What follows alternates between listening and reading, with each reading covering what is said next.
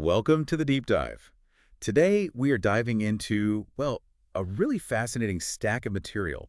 It's all centered around Jesse Livermore. Ah, Livermore. One of the absolute legends, maybe one of the most controversial figures, too, in stock market history. Exactly. And our main guide here is that classic book, Reminiscences of a Stock Operator by Edwin Lefebvre. Which is great because it's essentially Livermore telling his own story. You get his voice, his perspective, filtered through Lefebvre, of course, but it's his take on those crazy market times. Yeah, you really follow his whole journey from being this kid who was, like, unbelievably good with numbers. It's almost uncanny. Right, to these huge market crashes and booms that made and broke fortunes, including his own multiple times. And you get glimpses of the personal side, too. You know, the incredible wealth, the pictures you see of the estates, the yachts. But also the dark side, the personal drama, the hints about his death in 1940, Yeah. a terrible story about his son.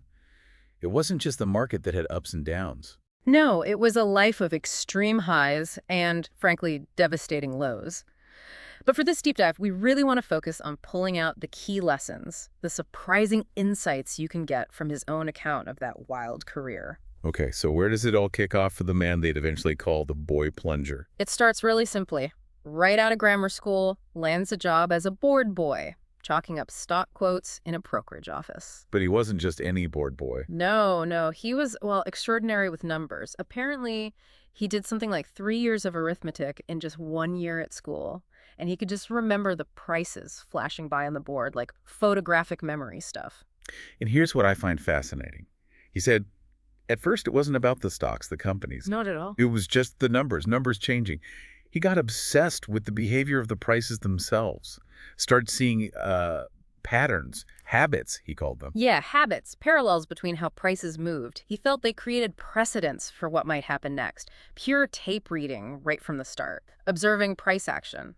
And that fascination, that observation, Yeah. it didn't keep him at the board boy job for long, did it? Nope. Led him straight into the world of bucket shops. Ah, yes. The bucket shops. Uh, Sounds less like finance and more like, I don't know, a casino. That's a pretty good description, actually. You weren't trading real stock. You were basically placing a bet with the shop owner on whether a stock's price on the ticker would go up or down. And he started doing this really young. 15. He'd use his lunch breaks, started making way more money doing that than his actual job. So naturally, he quit the job and went full-time speculating. At 15. 15 years old, making, what, $1,000 back then? That must have blown his mother's mind. Oh, he said she carried on something awful, just couldn't believe it was real money, wanted him to stick it in a savings bank immediately. But for him, it wasn't just about the cash, was it, initially? Not entirely. It was about proving figuring his system was right. He had this interesting idea that having more margin wasn't about courage, it was about being right, more emphatically. It just amplified his correctness. And he was right. A lot. Which is how he got the nickname. The boy plunger. Because he won so consistently, the bucket shops basically got sore on him. They just wouldn't take his bets anymore. So what did he do? He had to get creative. Started using fake names, bouncing between different shops, just trying to get his orders placed without them realizing it was him. It sounds like a constant cat and mouse game. What were the mechanics like inside those places? How did the betting work? Oh, it was rough. You gave your cash to a clerk, made your bet on the last price quoted, got a little ticket. If the price moved against you by whatever your margin was, boom, you were wiped out. Instantly. Yeah. No calls, nothing. The house edge was brutal. Absolutely. They made money when you lost. And the biggest one, Cosmopolitan, they even started putting special handicaps on him personally. Made him put up a bigger margin, like 3 points, and charged him extra premiums on the price, 0.5 point, then 1.5, basically making him start every trade already losing. They were really trying everything to stop him. That story about Cosmopolitan and the sugar stock is incredible, though. It shows something else working for him. His intuition, yeah. It's amazing. He was short sugar. Things seemed okay, but he just got this really bad feeling. Couldn't explain it logically, just this sense of unease. So what did he do? He was with a friend, Dave Wyman, who was calling out the prices from the tape. Livermore tells him, stop, runs to the counter, yells, close sugar. Just fractions of a second before the next price, a much higher price, was officially posted. He got out at the old price, 103. And the bad feeling was justified. Totally. Turns out Cosmopolitan's own brokers back in New York were deliberately manipulating the price, trying to jam it up to 108, a classic bucket shop drive. Why? to specifically wipe out short sellers like Livermore and another guy, Henry Williams. His gut feeling saved him from their trap. Wow. And that wasn't the end of the Cosmopolitan drama, right? Didn't someone get revenge on them? Oh, yeah, that's a fantastic little side story. Some savvy New York operator figured out a way. He hired like 35 different guys, sent them into Cosmopolitan branches all over, all at the same time to buy a particular stock. While he did what? While he was back on the actual New York Stock Exchange, aggressively bidding that same stock way up. His agents in the bucket shops bought low, the price on the NYSE shot up, they cashed out their tickets at the higher price difference almost instantly, stuck Cosmopolitan with a huge loss, like 70 grand. Just shows the kind of Wild West environment it was. Absolutely. Real sharp practices. Okay, so he clearly figured out how to beat the bucket shops, these fixed games. But then he makes the jump to legitimate trading on the New York Stock Exchange. That must have been a huge adjustment. A completely different world. And he found out pretty quick there was, quote, much more to the game than he'd learned betting against the house. Cost him, didn't it? Big time. He went broke. Several times, actually, during that transition. Lost most of that money he'd made in the bucket shops. He called it a hard and trying business. The lessons were expensive. Very expensive. He had to basically relearn how to trade. Yeah. And one key principle that keeps coming up is about waiting. Yes. Waiting for the right moment. He learned the hard way to avoid feeling like he had to be in the market all the time, constant action, irrespective of underlying conditions. He talks about a time in 1915. Right. He was broke again, needed a big win desperately. He identified a stock he really liked, but he just watched it for 2 weeks. It went up 30 points while he sat there. That takes incredible discipline, especially when you're broke. But he had to be right. He couldn't afford another mistake, so he waited and waited until the conditions, the signal he was looking for, were absolutely perfect before he finally pulled the trigger. Speaking of waiting, or maybe not waiting, and expensive lessons, Yeah. that Union Pacific story from 1906 is just wild. Oh, it's a classic. He's on vacation, Atlantic City, supposedly not even thinking about the market, takes a look at the board just casually. Gets feeling. An incredibly strong one, just bam, this gut feeling. Sell Union Pacific. Sell it short. Even though the market was ripping higher, a strong bull market, he couldn't explain why. Just pure intuition, reading the tapes, subtle signs maybe. He sold 1,000 shares. His broker must have thought he'd lost his mind. His friend Ed Harding, yeah. His reaction was basically, what on earth are you doing? Are you crazy? But Livermore stuck to his guns. And initially, yes. In fact, the feeling was so strong, he sold more. And then the news broke. Oh no, what was the news? Union Pacific announced this completely unexpected, huge 10% dividend, massive news. The stock just exploded upwards. So his feeling was dead wrong. Well, here's how he interpreted the lesson. It wasn't that his initial gut read of the tape was wrong. The mistake, he felt, was letting Harding's skepticism, the implied doubt from a friend, shake his conviction after he'd already acted. He got spooked by outside opinion. He lost $40,000, but he called it a cheap lesson. A lesson in what? Not having the courage of his own convictions. He trusted his read to get in, but then let someone else's opinion make him doubt himself and hesitate, instead of sticking with it or cutting the loss quickly when the news hit. That's a subtle but really important distinction. It wasn't the initial trade, it was the follow-through. Exactly. And contrast that with another story he tells about Deacon S.V. White. Someone tips the deacon that a big player, Havemeyer, is buying sugar stock. Does the deacon just jump in? No way. He tests the tip. He starts selling large blocks of sugar himself. Why? To see if the market can absorb it. When it does, when the price holds firm despite his selling, that proves to him there really is strong buying underneath. Then he covers his test shorts and goes long big. He used the market's reaction to verify the information. That's smart, testing the waters. Which brings us to maybe his most famous quote, the one about sitting. Ah, yes. It never was my thinking that made the big money for me. It always was my sitting. Got that. My sitting tight. What did he mean by that? It sounds simple, but... Yeah, it's profound, really. He saw tons of people who were actually right about the market direction at the right time even. But they'd make tiny profits because they'd get nervous, scared, and jump out way too early. Fear takes over. Exactly. He said, you have to battle your own human nature. You have to fight hope when you're losing the hope that makes you hold on too long. And you have to fight fear when you're winning the fear that makes you grab a small profit instead of letting it run. He literally said you have to reverse what you might call his natural impulses. Wow. Easier said than done when real money is flashing up and down. Incredibly difficult. but he thought it was essential. And it connects to his idea of the line of least resistance. Explain that one. Okay, so a speculator, Livermore argued, isn't usually playing for dividends. They want to catch a significant move, up or down. The key is to figure out which way the market wants to go right now. What's the path of least resistance for prices? Once you see that line define itself clearly trending up or clearly trending down, you go with it. So don't fight the tape. Pretty much. He'd say a stock is never too high to buy if the line of least resistance is upward, and never too low to sell if it's clearly downward. His mistake in that Union Pacific trade. Going short, fighting against what was then a very strong upward line of least resistance. So identify the trend, wait for confirmation, and then ride it. Don't try to guess tops or bottoms or impose your will. That's the core idea. And he stressed something else too. It wasn't just about reading the market. It was about reading himself. Knowing yourself, understanding his own emotional reactions, his weaknesses, his temptations, that was just as vital as reading the ticker tape. Like the temptation to trade too much. Exactly. Or getting overconfident after a win, or too scared after a loss. He had to actively build systems or habits to guard against those personal failings. And we mentioned he went broke several times. This wasn't abstract theory. It was learned through real pain. Oh, immense pain. He really emphasized how tough the business is. That period after the Williamson and Brown mess, that sounded particularly awful. He didn't just lose his profits, he ended up owing the firm over $150,000. And his total debts were even higher.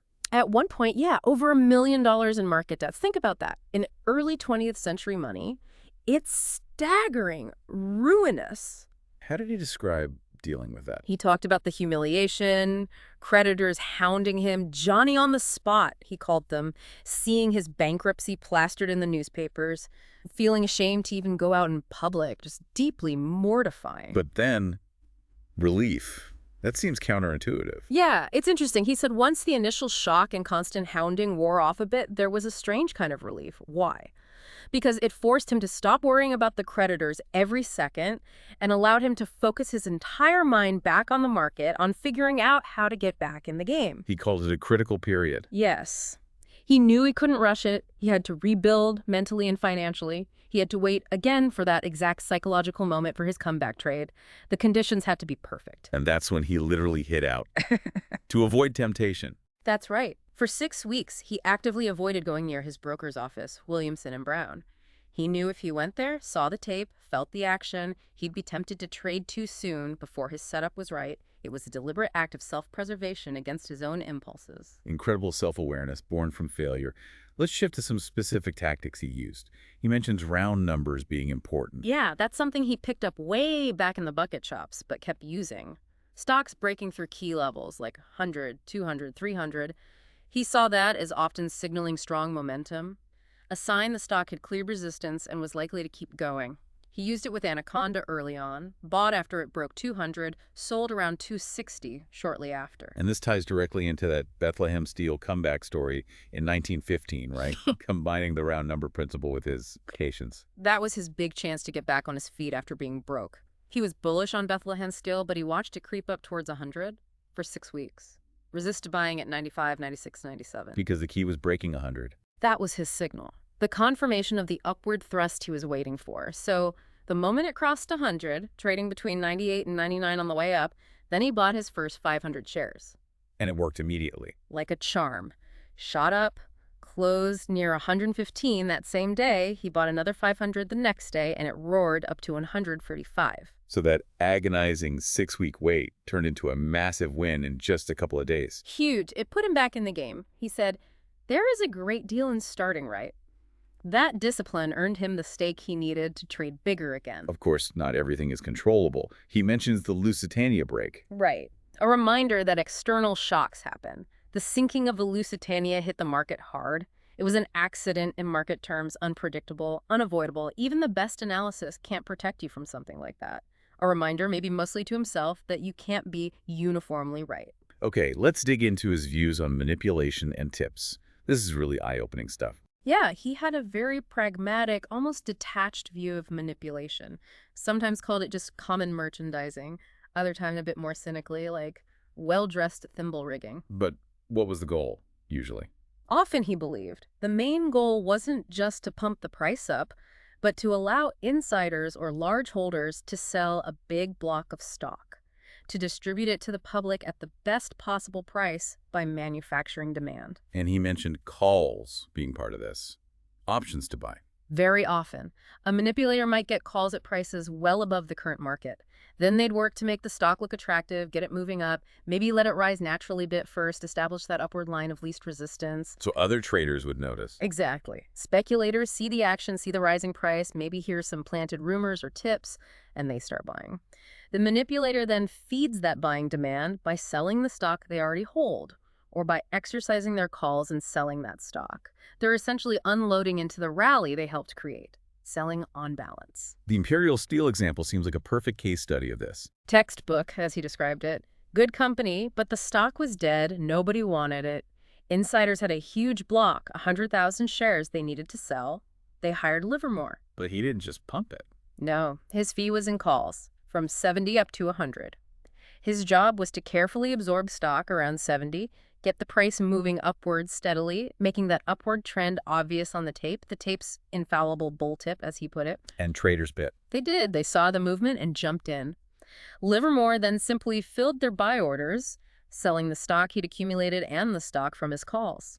He distributed the insider shares to the eager public. He specifically said he didn't want it to run up too fast, just steady buying pressure up to the target of 100. How did he know when the manipulation was done or if it was failing? He watched for the stock becoming waterlogged, meaning despite apparent buying, the price stalls or struggles to advance. That's the sign that supply is starting to overwhelm demand, and it's time to get out or stop selling. Now, one thing he was absolutely adamant about was the danger of tips and rumors. Oh, completely uncompromising on this, flat out.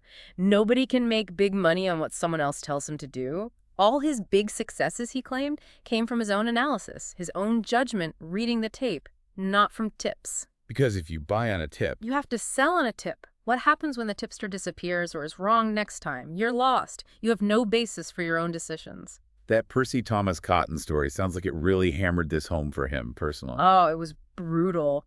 Percy Thomas wasn't some charlatan. He was a highly respected cotton expert. Incredibly persuasive, Livermore said. Amazing grasp, remarkable gift. So Thomas convinced him. Thomas used his expertise, his facts, his figures, his sheer plausibility to talk Livermore out of Livermore's own strong bearish conviction on cotton, talked him into buying instead. And Livermore kept buying. Massively. He ended up trying to support the price himself to keep the price from going down. A super sucker play, he called it.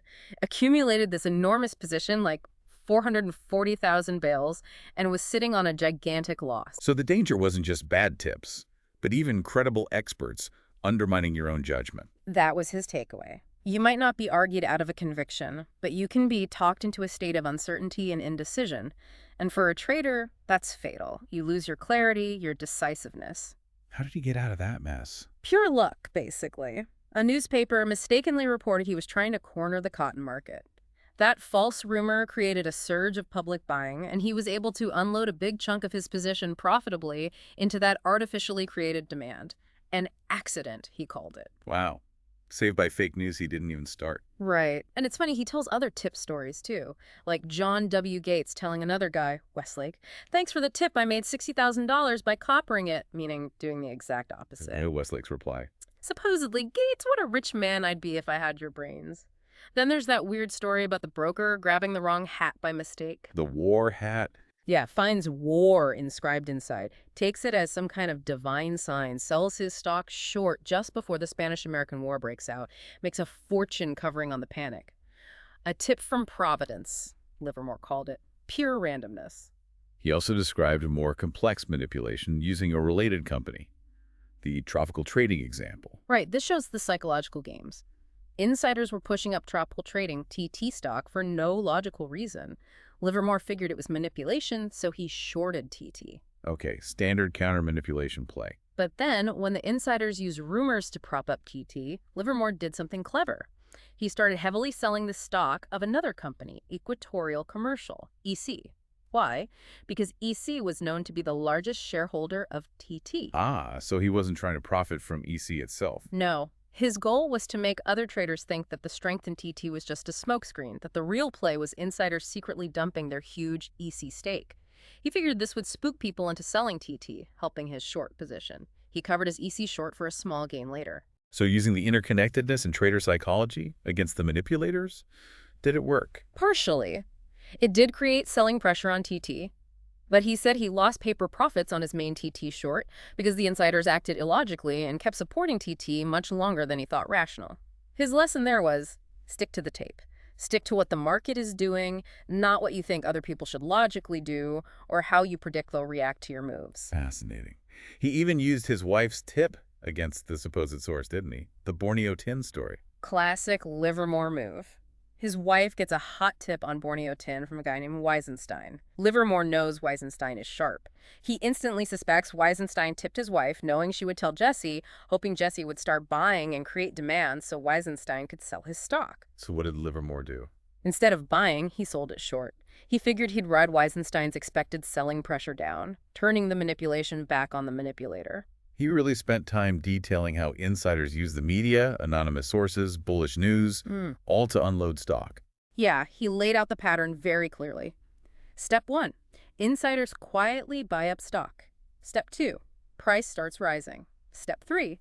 Suddenly you see all these bullish articles and reports, but always attributed vaguely, sources close to the company, a prominent director believes, never named. Step 4. Yeah. The public sees the rising price, reads the glowing reports. And starts buying hand over fist. Step 5. The price goes even higher. Maybe they even announce a dividend increase to fuel the fire. More unnamed bullish statements appear. Step 6.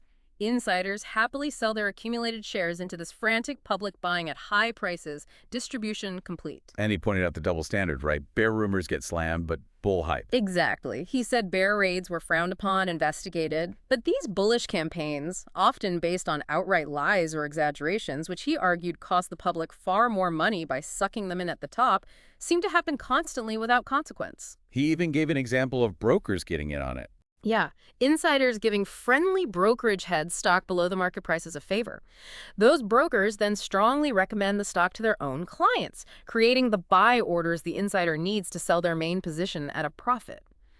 Everyone wins, except the clients who bought at the top based on the tip. Which led him to call for actual legal changes. He was quite passionate about it. He argued forcefully, punish bull liars as the law punishes bear liars. He believed it would save the public millions, arguing they lose far more buying overpriced stocks on hype than selling undervalued ones on fear.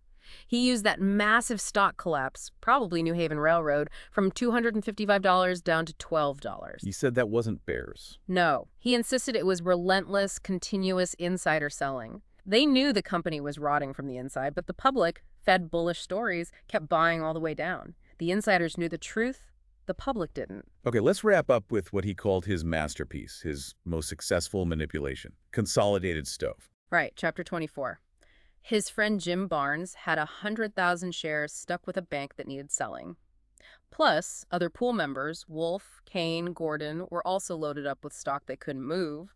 So what was Livermore's genius strategy this time? Did he engineer a huge run-up? That's the fascinating part. No. He told Barnes and the others not to sell their own stock yet. And crucially, he didn't plan to use pool money to aggressively buy and force the price up himself. So, how did the stock go up? Who created the demand? He relied on them to do it.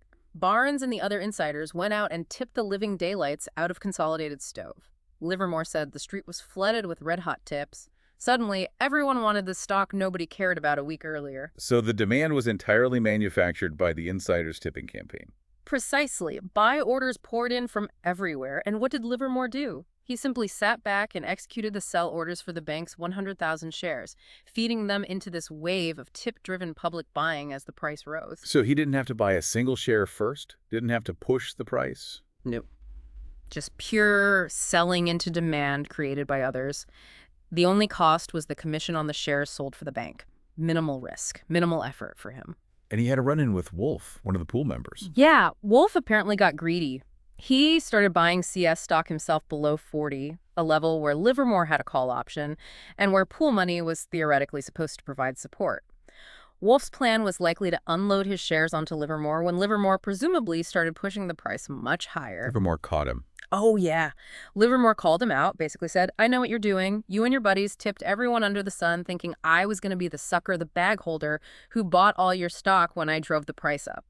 But I didn't have to. So why was this his most successful manipulation? Because, in his words, he achieved the goal selling that huge block of stock at the least possible cost. He found adequate buying power created for you without your stirring a finger. No need for a costly campaign of buying and pushing. It was effortless compared to other manipulations. A dream of paradise, he called it. And of course, once the selling was done and the tipping stopped, the stock predictably sagged and broke below 40. The artificial support vanished. So after all that, all those wins and losses, manipulations and insights, what was his final takeaway message about the market? It's pretty sobering, actually. Despite everything, his firm conclusion was, no man can consistently and continuously beat the stock market. You can win on individual trades, you can win during certain periods or trends, absolutely. But over the long haul, consistently beating the game itself.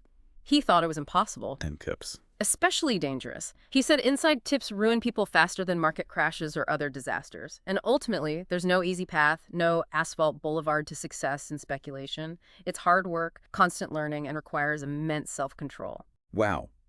This deep dive into Livermore's world, mostly through his own words and reminiscences, has been just, well, incredibly revealing. It really has. And what strikes me is how relevant so much of it still feels. The technology, the specific stocks, the bucket shops, that's all history. But the core stuff, the psychology, the emotions of fear and greed, the importance of patience and discipline, how information and misinformation spread, that's timeless. That's still driving markets today, whether you're an active trader or just trying to understand what makes markets tick. Absolutely. And maybe here's a final thought for you, our listener, to chew on. We've talked about Livermore's genius, his incredible successes, his deep understanding of market mechanics and psychology. Yet his life story is also one of repeated, crushing financial failures and profound personal tragedy. He went broke multiple times. He faced overwhelming debt. His personal life was incredibly turbulent, ending sadly in 1940. So, if even he, the legendary boy plunger, arguably one of the greatest deep readers and speculators ever, couldn't consistently beat the market in the long run, and couldn't escape the devastating impact of his own nature and life circumstances. What does that really tell us about the fundamental difficulty of speculation? About the raw power of human psychology, both in the market and in life? And maybe about the limits of skill, even extraordinary skill, against the backdrop of market uncertainty and personal struggle? What parts of his story, his triumphs and his failures, resonate most strongly with you?